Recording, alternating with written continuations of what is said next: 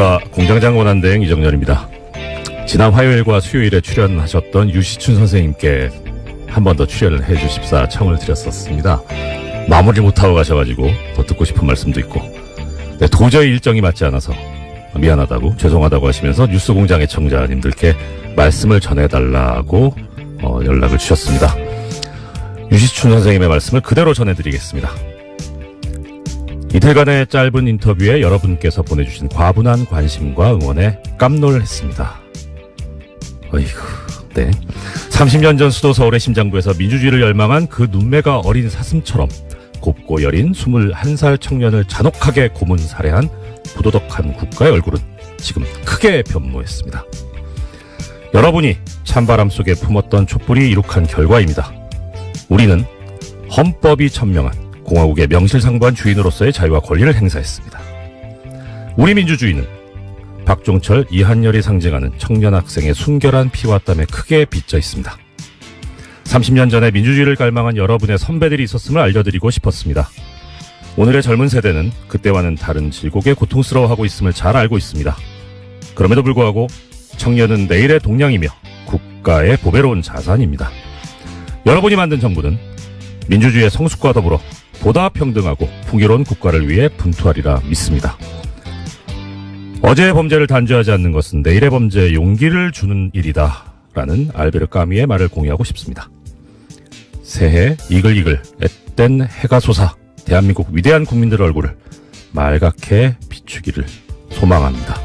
보잘것없는 말씀을 경청해 주셔서 고맙습니다. 귀한 말씀 주신 유시춘 선생님께 감사드립니다. 공장문 열겠습니다. 이상 유시춘 선생님의 말씀을 대독한 공장장 권한대행 이정렬이었습니다.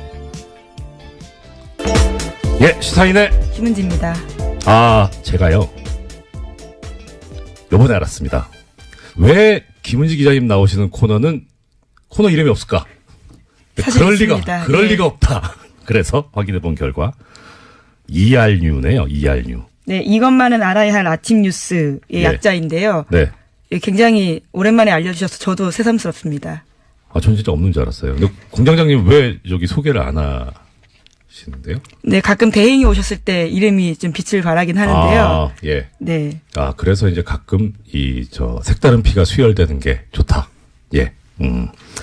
예. 자, 오늘 그러면 이제, 일단 먼저, 혹시 마지막에 어떻게 될지 모르니까, 일단 이 일주일 동안 저를 너무너무 도와주신, 김은지 기자님께 저는 또 개인적으로 감사드리고요. 그 다음에, 김은지 기자님께서도 우리 뉴스공장 애청자분들께 한 해 이제 마무리 인사 먼저 하시고 시작하는 걸로 합시다. 제가 더 덕분에 많이 배워서요. 예. 그렇게 말씀해 주셔서 감사드리고요. 진짜 2017년 뉴스공장이랑 한 해 같이 했었는데 뜻깊은 뉴스들 전할 수 있어서 정말 좋았습니다. 특히 이재용 삼성전자 부회장의 영장 재청구됐을 때 발부된 거, 그 소식 전하면서 정말 저 뿌듯했었거든요. 그 시간에 그 기억들을 다시 한번 되새겨보고 싶습니다. 근데 이상한 게요. 지금 김 기자님 소감을 말씀하시는데 이것도 꼭 뉴스를 전해주세요. 예. 자, 첫 번째 소식 전해주십시오. 네, 박근혜 정부가 국정원을 동원해서 이명박 정부 시절 아랍에미리트 원전과 관련한 이면 계약 여부를 조사했다라는 어제 SBS 보도가 나왔습니다. 관련된 문건이 나온 건데요. 검찰이 국정원 간부로부터 확보한 자료입니다. 이명박 정부가 원전 수주의 조건으로 핵 폐기물과 폐연료봉을 국내에 반입하기로 했다라는 의혹이 조사 대상이었습니다. 또 아랍에미리트에 대한 핵 기술 이전을 미국이 반대해서 조기 착공이 곤란하다라는 내용도 있다라고 합니다. 이게 지금 주어를 다시 한번 들어주셔야 될 것이 청자분들께서 지금 현 정부가 아니고 박근혜 정부에서 조사를 했었다는 겁니다. 그러면은 두 가지 중에 하나겠죠. 정말 문제가 있었거나 아니면 이 조사를 함으로써 타개해야 될 문제가 있었거나. 예, 그런데 지금 뭔진 잘 모르겠는데 하여튼 이 조사 결과가 그럼 어떻게 나왔는지가 이제 제일 궁금할 거 아닙니까? 그래야지 방향이 나오니까. 조사 결과는 어떻게 됐다고 합니까? 네, 그게 가장 궁금하실 부분일 텐데요. 네. 당시에 국정원의 조사 결과가 어떻게 나왔는지에 대해서는 확인되지 않았습니다. 또 그 내용이 청와대에 보고됐는지도 확인되지 않았는데요. 예. 이와 관련해서는 우선은 문건이 나왔기 때문에 검찰이 이제 수사에 들어간 겁니다. 당시에 네. 남대준 전 원장, 당시의 원장이죠. 국정원장의 최측근이 원장의 일정들을 다 적어놓고 있었는데 그때 2013년입니다. 그때 김장수 당시 청와대 안보실장으로부터 이러한 사실들을 확인 요청 받아서 써놨다라고 합니다. 그러면 이게 어떤 다른 목적이 있는 건지 정말 문제가 있어서 뭐 조사가 된 건지 그것조차도 아직 모르는 상황이네요. 네, 현재로서는 그렇죠. 이게 뭐 어떤 국가기밀이 들어있는지는 모르지만 빨리 조사가 맞춰져서 우리 국민들의 궁금증을 해결해 줬으면 하는 그런 마음이 듭니다. 네, 이 자체로도 사실 굉장히 놀라운 일인데요. 그렇죠. 원전 수주의 조건으로 핵 폐기물을 국내에 들어오겠다라는 식의 의혹이 있었다라는 것은요. 예. 원래는 2010년 국회 대정부 질문에서도 나왔다라고 합니다. 네. 이제 그런데 이것에 대해서 박근혜 정부조차 의심하면서 관련 내용들을요 국정원에다가 알아보라고 시킨 거다라고 알 수 있는 겁니다. 예, 그렇죠. 그때 당시에 강봉균 당시 민주당 의원이 의혹을 제기를 했었고요. 예. 근데 이게 만약에 사실이라면 이거 뭐 황당한 거죠. 그러니까 돈을 벌어오는 대신에 쓰레기를 가져온다는 얘기 아닙니까? 그것도 다른 쓰레기도 아니고 이 국민의 이 건강에 엄청난 영향을 미칠 수 있는 핵 폐기물을 가져온다는 거니까 도대체 국민의 생명과 자유와 재산을 보호해야 될, 신체를 보호해야 될 국가가 오히려 나서서 국민들에게 해를 끼치는 행위를 해버린 것이니 이건 정말 심각한 문제가 아닐 수 없겠네요. 예, 당시에 남대준 당시 원장 같은 경우에는요. 네. 지금은 구속되어 있는 장호중 당시 감찰실장에게 조사를 지시했다라고 네네. 알려져 있습니다. 네. 자, 그러면 여기에 그런데 또 관련된 지금까지 해주신 소식은 전부 SBS에서 보도를 한 거네요. 또 하나의 소식이 있다고. 네. 그죠? 예. 관련해서 SBS가 연속 보도들을 했는데요. 이게 중요한 네. 보도다 보니까 몇 가지 보도가 있습니다. 네네. 국정원에서 어떻게 진상 파악을 하게 됐냐에 대해서요. 조금 네. 더 의미를 부여하고 있는데 관계자들 멘트를 땄습니다. 예. 문건을 작성했다라고 알려진 국정원 간부에 대해서 어떻게 쓴 거냐 물어봤더니요. 예. 문건에 그런 내용이 있다면 사실일 가능성이 높다라면서 하지만 정확한 내용은 기억나지 않는다라고 밝혔고요. 또 이에 대해서 당시 남대준 원장을 만났던 김장수 안보실장도 이야기를 했는데요. 자기는 기억나지 않는다라고 했습니다. 결정적인 순간에 기억나지 않으시는. 뭐 근데 이 기억이 나냐 안 나냐 또 당시 어떤 일이 있었냐 이것까지 이제 검찰이 조사를 해야 되겠죠. 예. 흥미진진한. 네, 일입니다. 언론 보도에는 좀 한계가 있을 수밖에 없는 게요. 남대준 원장 같은 경우에는 지금 구속되어 있는 상태입니다. 게다가 지금 이제 국정원 관련이니까 사실 또 정보의 접근이 그렇게 쉽지가 않은 상황이죠. 예, 그럼 지켜보겠습니다. 예, 그다음 소식 전해주십시오. 네, 국군기무사령부가 국방부 TF 압수수색 정보 미리 알고 있었고 관련 네. 수사에 협조하지 않았다라는 소식은요. 지난주에 전해드린 바가 있습니다. 관련한 뉴스가 또 나왔는데요. 오늘 아침 한겨레 신문 보도입니다. 군 기무사가 최근 2012년 댓글 작업과 관련해서 국방부 장관에게 거짓 보고했다라는 건데요. 이러한 사실을 확인한 검찰이 기무사에다가 관련 자료 요청했다라고 합니다. 그런데요. 아직까지도 압수수색이 4주째 진행 중이고요. 이러한 난항 때문에 문건 확보에 시간이 걸려서 공소시효가 지나가 버렸다라고 합니다. 참. 지난번에 이제 공장장에서 진행을 하실 때 저도 들었는데 이게 사실 군이라는 데가 원래 공무원 자체가 공무원 조직이 상명하복에 충실하고 위계질서가 엄격한 데인데 더 심한 게 군대잖아요. 계급 사회인데 그야말로. 그런데 국군 기무사령부가 그 상급 기관에 대해서 이런 식으로 뭐 그때는 이제 소식을 수사에 협조하지 않고 증거를 인멸한다 이런 얘기가 있었는데 이제 더 나가서 거짓 보고까지 했다. 그렇다면 도대체 이 조직은 왜 있어야 되는 건가 하는 그런 생각이 드네요. 그런데 또 거기서 더 나가서 아예 빠져나가기 위해서 공소시효가 완성되도록. 자, 참 이게 이 타이밍에 드려야 될 말씀인지 모르겠는데 이 공소시효라는 얘기가 나오니까 김 기자님께서는 이 공소시효라는 게 왜 있을 것 같으세요? 생각이. 그리고 아무래도 좀 편의주의가 아닐까 싶은데요. 평생 네. 수사할 수 없다 보니까 네. 그것을 좀 시간을 한정해 둔 게 아닌가라고 생각해 봤습니다. 그렇죠. 예.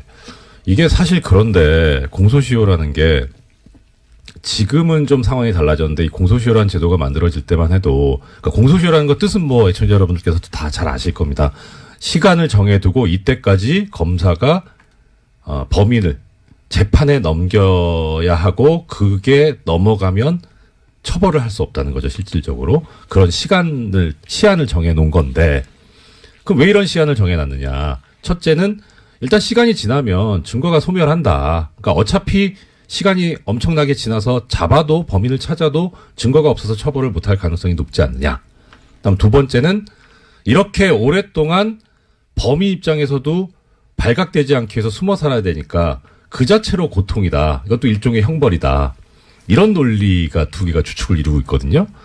그 처음에 이제 공소시효 제도를 배웠을 때는 뭐 그럴 수도 있겠다 싶었는데 지금 생각해 보면 예를 들어서 지금 우리 증거 중에 제일 또 높게 치는 증거 중에 하나가 DNA잖아요. 이건 시간이 가도 안 변하잖아요. 증거가 소멸한다? 아닌데. 그리고 범인이 오랫동안 도피 생활을 해서 불편할 것 같다. 안 불편할 수도 있을 것 같은데. 근데 지금과 같은 상황이면 사실 버티면 이긴다라고 생각할 것 같습니다. 그렇죠. 오히려 시간을 네. 끌어버리는 그런 상황까지 네. 온 거죠. 그래서 중간에 어떤 일이 있었냐면 해외 도피를 해버리는 아예. 그래서 중간에 형사소송법이 개정이 되면서 해외에 나가 있었던 동안은 공소시효가 그 시간에 넣지 않는 걸로. 기소중지 같은 건가요? 기소중지하고 또 다르다. 다른가요? 예. 기소중지는 검찰이 하는 처분이고요. 아예 그 해외에 나가 있으면 그 기간을 빼는 그런 법 개정이 있었는데 지금 상황 같으면 도대체 공소시효가 왜 있어야 될까? 특히 이제 이런 상황처럼 아예 공소시효를 끝내버리려고 지나가게 하려고 이런 고의적인 시간 끌기. 예. 압수수색이 지금 4주째 진행 중이라는데 방해를 해가지고요. 네, 이미징을 아예 못하게 해서 일일이 키워드 검색을 여전히 하고 있다라고 합니다. 뭐 압수수색이 4일을 걸려도 말이 안 되거든요. 전격적으로 해야 되는 거기 때문에 어떻게 압수수색을 한 달을 하고 있습니까? 이런 작태를 하고 있는 이런 조직이 왜 있어야 하는지도 의문스럽고 또 이런 제도가 왜 있어야 하는지도 참 말이 안 나오네요. 예. 다음 소식 부탁드립니다. 예, 이번에도 공소시효와 관련된 내용이 있습니다. 네. 계속해서 이건희 삼성전자 회장의 차명재산 관련된 내용 알려드리고 있는데요. 네네. 2008년 삼성 비자금 특검에서 드러나지 않았던 이건희 삼성전자 회장의 수천억 원대 차명재산이 있다라고 알려드렸습니다. 이에 대한 수사가 실체 접근조차 하지 못한 채 사실상 마무리 수순에 들어갔다고 이 또한 한겨레 신문이 보도했습니다. 네네. 2011년 이 회장 쪽에 1천억 원대 자진 납세를 받은 국세청이요. 이를 수사기관에 통보하는 등 적극 수사 의뢰에 나서지 않았다라고 합니다. 그러다 보니까 공소시효가 이것도 지나가고 있다고 하는데요. 다만 한 가지 희망은 있습니다. 공소시효가 남은 2013년에서 2014년 사면계좌에서 발급된 수표가 있어서요. 이것을 어떻게 할지 수사당국의 의지를 봐야 된다라고 합니다. 예. 이것도 그렇게 시간이 많이 남지 않았네요. 자, 그럼 이제 제기되는 문제. 공소시효를 없애면 되지 않냐. 없애는 것까지는 그렇다 치고, 그 다음에 이제 어떻게 되는 거냐. 예, 지금 이것도 지금 공소시효가 문제인데, 그러면은, 공소시효를 없애서 옛날의 행위에까지 그것을 효력을 미칠 수 있을 것이냐 하는 문제가 이제 되겠죠. 뭐 예를 들어서 지금 이제 이 공소시효 다 없앱시다 해가지고, 이 기무사에서 댓글 공작한 거, 이것도 이제 지금 처벌하기로 하고, 뭐 차명재산 이것도 수사해서 처벌하기로 하자 하면, 문제는 소급법이 돼서 이게 우리 헌법상에서 얘기하고 있는 법률 불소급의 원칙에 어긋나니까 문제가 있을 수 있죠. 한 번 이제 이게 문제가 됐던 적이 있어요. 저 예전에 전두환 노태우 내란 사건에 관해서 특별법이 만들어지면서 그때 공소시효를 없애버렸죠. 그래서 당연히 그 전두환 노태우 이 피고인 쪽에서 이거 공소시효를 이렇게 적용하는 거는 법률 불소급의 원칙에 어긋난다, 위헌이다라고 하면서 주장을 했었는데 거기에 대해서 헌법재판소가 얘기하기를 예외가 있을 수 있다, 모든 법에. 그런데 이런 중대한 일에 예외를 두지 않는다면 도대체 언제 예외를 둬야 하느냐 하면서 합헌이다라는 결정을 한 바가 있습니다. 이것도 비슷하게 봐야 되지 않을까. 지금 정치적, 경제적으로 나라의 근간을 흔드는 이런 범죄들인데 이것도 한번 고려해 볼, 공소시효를 소급해서 적용해 해볼 만한 그런 사안이 아닐까 하는 생각을 해봤습니다. 네, 또 살인 사건이나 이런 네. 사건이 벌어졌을 때는요. 그놈 목소리 영화가 기억이 그렇죠. 나는데 네. 공소시효 문제 계속해서 나왔던 것 같습니다. 네, 그렇습니다. 예, 다음 소식은요. 네, 이 또한요 공소시효 관련된 내용입니다. 오늘 계속해서 키워드가 공소시효입니까? 네, 오늘 아침에 그런 보도들이 꽤 많았는데요. 아, 그렇군요. 이번에는 경향신문 보도입니다. 네. 검찰이 고대영 KBS 사장의 국정원 돈 200만 원 수수 혐의를 공소시효 만료 등의 이유로 형사처벌하지 못할 것으로 보인다라는 건데요. 이명박 박근혜 정부 당시 숨겨진 비위와 부정부패에 대해서 검찰 수사가 공소시효라는 장애물을 만났다라는 지적이 나오고 있다고 합니다. 그거 참. 공소시효가 또 하나 말씀드리자면 공소시효는 시효고 우리가 진실을 밝혀야 되니까 수사는 해놓고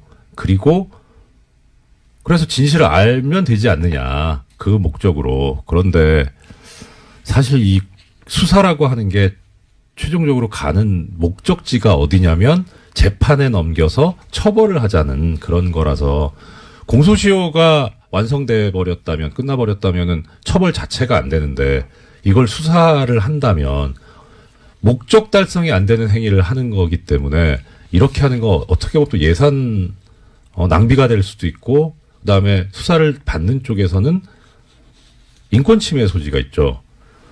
그래서 문제인데 그런데 이 검찰에서 옛날에 한번 공소시효가 완성되는데 수사를 했던 적이 있습니다. 혹시 기자님 기억하십니까? 어떤 사건인가요? 노건평 씨 사건에서 공소시효가 완성됐는데 수사를 했어요. 노무현 전 대통령의 형이시죠. 그리고 쭉 수사 결과까지 발표하고 결론이 그거였습니다. 공소시효가 완성돼서 기소하지 않기로 했다고. 그래서 좀 뭐 하는 거냐.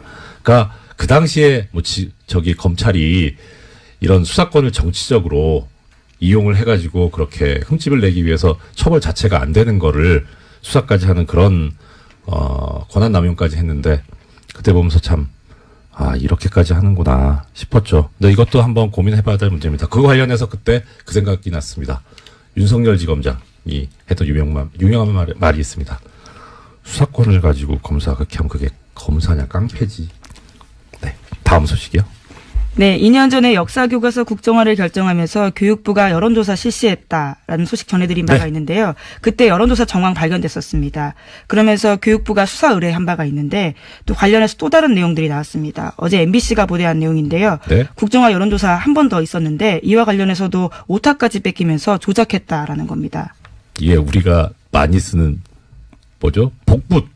컨트롤 C, 컨트롤 V. 일종의 댓글 부대가 여기서도 운영됐다라고 볼 수 있는 거죠. 그렇죠. 이거는 다른 차원에서 문제인데, 그래도 우리가 생각하고 있는 이 국정교과서가 박근혜 전 대통령이 아버지인 박정희 전 대통령한테 헌정하겠다는 마음으로 만든 거잖아요. 효심에서 한 거면 좀 잘 좀 하지. 오타는 좀 너무하지 않습니까? 아무리 이게 잘못된 거지만 그래도 그쪽 입장에선 나름 사명감을 가지고 한 걸 텐데 오히려 역으로 이런 오타까지 베낀 걸 보면 실제 이 실무진에서는 이걸 하고 싶지 않았던 게 아닐까 하는 생각이 들고요. 이것도 좀 다른 얘기인데 관련해서 지금은요 판결문에 판사들이 전자서명을 하거든요. 미리 이제 서명하고 날인을 다 그 메모리에 넣어가지고 그대로 그냥 클릭만 하면 서명 날인 되게 돼 있는데 옛날에는 종이에다가 서명 날인을 했어요. 이름을 쓰고 도장을 찍었는데 가끔 가다 보면 도장이 뒤집혀 찍혀 있는 경우가 있어요. 뒤집어진다는 게 위아래가. 예, 위아래가요. 그러니까 12시하고 12시 방향하고 6시 방향이 뒤집혀 있는 거죠. 이게 무슨 소리냐면 이제 합의부에서 부장판사하고 배석판사님 둘이 셋이서 합의를 하는데 그 합의 결과 마음에 안 드는 거예요. 이 판사는. 그래서 어차피 이게 합의 결과 2대1로 졌기 때문에 이 판결은 나가고 자기는 거기에 서명 날인을 할 수밖에 없지만 난 이 판결에 동의 못하겠다. 내심을 드러내시는 건가요? 도장을 거꾸로 찍는 거예요. 그러신 적이 있으신 건가요? 전 한 번 했어요. 한 번. 근데 이게 판사들 사이에서 용인이 돼 있어요. 그러니까 그 정도는 이게 표현을 하자. 예. 그래서 항소심에서 보면 이제 아는 거죠. 이거 논쟁이 심하게 붙었구나. 2대1이었다. 이렇게. 예. 그러니까 이제 항소심에 또 신경을 쓰게 되고. 그러니까 그런 차원에서 일부러 오타를 냈을까? 근데 오타뿐만이 모르겠습니다. 아니라요. 네. 어떤 작성자는 자기가 중3 학생이라고 하면서 찬성 의견을 썼는데요. 바로 1분 뒤에는 다른 의견 올리면서 내 아이를 맡기기에 안심이 된다라면서 학부모를 참칭했다라고 합니다. 중3이 아이가 있을 수 있지 않을까요? 네. 1분 사이에 다시 학부모가 되는 놀라운 기적이 생겼다라고 하는데요. 예. 기적인지, 아니, 어떻든, 네. 네, 그런 식으로 해서. 다른 것도 어떻게 있습니까? 네. 예. 그런 식으로 해서 또 이제 접수 마감되는데 45분 남겨놓고요. 갑작스럽게 같은 의견들을 40건 넘게 올리는 사람도 있다고 합니다. 부지런은 해요. 예, 15초에 한 골이기 때문에요. 예. 사실 내용을 보는 게 아니고 컨트롤-C, 컨트롤-V로 붙여넣었다라고 밖에 볼 수 없는데요. 이런 식으로 해서 여론 조작해서 찬성 반대 비율을 8대2까지 끌어올립니다. 와, 이게 진짜 댓글 부대죠. 보면 이게 무슨 프로그램이라고 해야 되나, 무슨 앱이 있다고 하던데요. 이렇게 자동으로 올라가게 해주는 그런 거를 쓰지 않았나 싶기도 하고요. 네, 그래서 당시에 이제 예. 교육부 같은 경우에는 이런 의견 수렴을 핑계로 대서요. 예. 상당수가 국정교과서에 찬성하고 있기 때문에 네. 국정교과서 폐기하지 않고 검정교과서 혼용하겠다라고 밝혔습니다. 거참. 하여튼 열심히 한다고는 했는데 그래도 이게 제대로 된 정의로운 일이 아니니까 이렇게 오점이 나오는 것 아닌가. 역시 정의는 언제든지 드러나게 돼 있다는 생각을 들게 합니다. 다음 소식 부탁드립니다. 네, 지난해 2월 달에 개성공단 폐쇄된 바가 있습니다. 네. 이것은 박근혜 전 대통령 말 한마디에 결정됐다라고 하는데요. 네. 통일부 정책혁신위원회가 발표한 내용입니다. 그냥 이게 셀프라고 할 수도 없고 그냥 마음대로인 거죠. 예. 그래서 이런 얘기 하는 분들 계시더라고요. 박근혜 전 대통령 하면 법치주의가 생각이 난대요. 그래서 왜요? 법을 하나도 안 지켰는데? 법을 안 지켰기 때문에 법치주의가 얼마나 소중한가를 가르쳐 주신 분 아닌가 싶습니다. 또 다른 의미의 가르침일 네. 수 있겠네요. 예. 지금까지 오늘 발견해 놓으니까 코너 이름 다시 까먹었네. 네, 이것만은 알아야 할 뉴스 이알뉴입니다. 예. 이것만은 알아야 할 아침 뉴스에 진행을 해주신 시사인 김은지였습니다. 감사합니다. 예, 고맙습니다.